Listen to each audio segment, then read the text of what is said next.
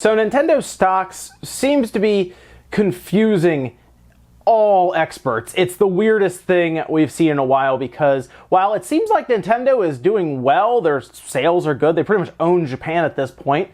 They've been doing pretty well in the MPDs. They've come in third a couple times, but they generally seem to have that number 2 spot carved out behind the PlayStation recently, ahead of the Xbox. And as far as we could tell, in Europe, France, and Canada, they're doing really well. Other parts of the world, it's hit or miss to figure out how they're doing. We're really going to have to wait till the end of this month when Nintendo's going to have to tell us how well they did in the first quarter of this fiscal year that's supposed to end up at 20 million Switch units, which still seems like it's going to be tough, even with Pokemon and Smash. That's still a lot to try to move. But what's weird is the stock for Nintendo has pretty much been declining since March. See, people saw the E3 presentation, didn't like the E3 presentation for the most part. There are people who liked it. I'm not saying everyone. Some people liked it because they're Smash fans. But I think a lot of people saw it and they were like, oh, that's it. I mean, they probably could have done more. And yeah, I actually said that as well. I thought they could have done more. But I didn't think that it was the reason the stock is dropping. Like I said, since about March 15th, it's been dropping, and it's actually dropped nearly 30%.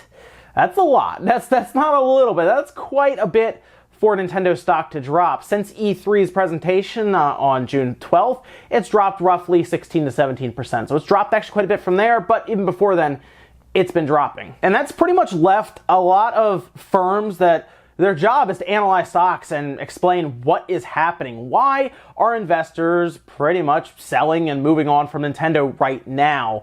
And it's really hard to say. Honestly, I don't think anyone really knows right now. I think there's a general idea as to why, and it's mostly from the investor's perspective. Doesn't necessarily mean it's correct, it's just from their perspective. And that seems to be confidence in Nintendo with their own projections. See, Nintendo technically put themselves in the position of having to do 20 million Switch units and 100 million units of software, which is a lot, by the way. That also doesn't include things that are all digital. So it has to be something in retail, like in the Media Creates and stuff, and Famitsu, MPDs, that have a digital counterpart. So all those indie games that aren't rated for retail, those don't count. So you can see how that gets a little harder, and they have to move 100 million pieces of software. Even if Pokemon, for example, sells 15 million and Smash sells 10 million, you're still only 25% of the way there, so there needs to be a lot of stuff selling as well. Now, Nintendo has told us that there are a lot more things to come, games in general, right? We have a feeling Fire Emblem will probably make it into this fiscal year, and then there's a lot of games I've heard of some, like I said, that haven't even been announced that should be out this year. So there is more, but it seems like investors don't want to hear it right now. They want to know what's happening. And from what we can tell, Nikkei, that's over in Japan, China, and everything, and they analyze a lot of the stuff, talk about it, and try to get to the bottom of it. They talked about something I don't actually really agree with myself after seeing all of the numbers like we talk about here. We go over sales numbers all the time, right? That's something we do a lot of. We look at Media Create every single week. We're looking at tomorrow, actually, in Newswave, and you're going to see where the Switch is there. But Nikkei seems to attribute this to sluggish sales, something when I saw that, I had a hard time with it. I said, okay, that's sluggish sales. It's tracking ahead of last year's in Japan, so that can't be it. It might be tracking, I have to see MPDs. Maybe it's tracking behind in the MPDs. That's the only thing I could think of. Nikkei does have the actual MPD numbers, by the way. I know they do. So that's the only thing I could think of, is maybe it's tracking behind right now from last year. Because last year we had Zelda and eventually Mario and stuff. We're going to have Pokemon this year. So it's hard to say about that. But they did also talk about how investors are not 100% sure if Nintendo's going to reach those sales goals, the 20 million, 100 million. That is what I can believe. See, investors aren't into games like you and I are. They don't care about games, as crazy as that sounds, because they're buying into a gaming company. They don't care about Pokemon or Mario or anything like that. They care about money. Now, of course, these games lead to money, but there are a few things that they are mostly interested in because it's easy for them to understand. For example, Nintendo's going to present some numbers at the end of this month, and if those numbers are positive and they're making money and the sales estimates are where they should be, they'll be happy. You'll see the stocks go up. But of course, on the other side, if they're not as good as they'd like, you'll see the stocks either flatline or go down a bit because of that. So that's the easiest thing. They also like services. If you have noticed, every time the investors talk to Nintendo, they ask about that online service, right? They always ask, what are we doing with this? What's going on? And that's because they like that.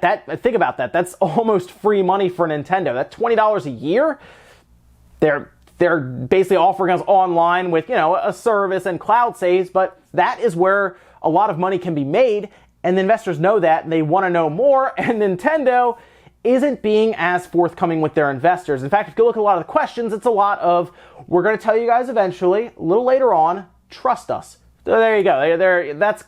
Nintendo does that with their investors because generally they do show up with the games, and they, of course, I guess are going to show up with this online service that's going to make investors and Nintendo money. I also saw some questions if maybe the investors aren't 100% on board or even sure. Maybe they're nervous because they're shifting leadership with the CEO. They're going to, of course, Shintaro Furukawa. People might be concerned about that, except that he had over 96% approval ratings when he was voted in from investors. So they seem on board with him. I have a feeling investors actually like him because he's a bit younger. He could be a little more aggressive with everything. And honestly, he's going to be a much longer term leader than Kimishima, who was, of course, more of a stopgap. He did great, but he wasn't there for the long haul, whereas Furukawa actually absolutely is. He's going to be there a while. He's in his 40s, and it seems like he pretty much has an idea of what he wants to do, and I think investors are actually excited for him taking over. So that, I don't think that at all has anything to do with it. I mean, really, if you look at GameStop, for example, came out and said, yes, the Switch has actually doubled up in sales, and pre-orders for Smash and Pokemon are massive right now in GameStop stores. So this whole situation is very weird with the stock. Stock is volatile. Stock moves around a lot. And honestly, I don't think anyone actually understands it, to be completely honest with you. But it's very weird to see it fluctuate like this and drop so much when Nintendo is actually doing well and their sales are good, and maybe people don't like the first half, but honestly, investors aren't out there buying games, so they're more or less looking for money and what's coming in, and maybe they don't see that massive release like a Zelda, right, or a Mario Odyssey, but Pokemon's coming, Smash is coming, and then there are 2 or 3 other titles that are also coming that people will probably get excited for, as well say. So it's going to be a bit of a ride here. It's the full year. I'm not sure if that 20 million, 100 million is going to be reached as easy as a lot of people think. That's the 100 million software is the one that throws me a bit. I think they'll get that 20 million hardware. It's the software that I'm not 100% sure on. We're going to see. I will say a lot is riding right now on Smash and Pokemon. They're very fortunate they have those IPs because Pokemon's going to sell a lot, because there's 2 of them. And even though it is not a hardcore part of the series, where people are like, oh, it's not that entry with the next generation and new Pokemon and straight up RPG elements and everything. True, but it's still Pokemon. Casuals like Pokemon. Pokemon will sell. Smash is going to be interesting as well, because the last time we saw Smash, it was split up between the 3DS and the Wii U, so it's a little harder to take and gauge where the sales will be, as opposed to now where it's going to be on one system. So my best advice right now is wait until July 31st. I believe it's 30th or 31st, depending on time zone differences and everything. They'll put them up. We'll talk about the sales, because we're going to get an idea of where the first quarter falls with software and hardware. And that's going to give us an idea as to how much they might have to make up if it has been slower in the first 3 months of this fiscal year. That's going to be the big question, is can they surprise some people with higher than expected numbers to make the back end a little easier for Pokemon and Smash?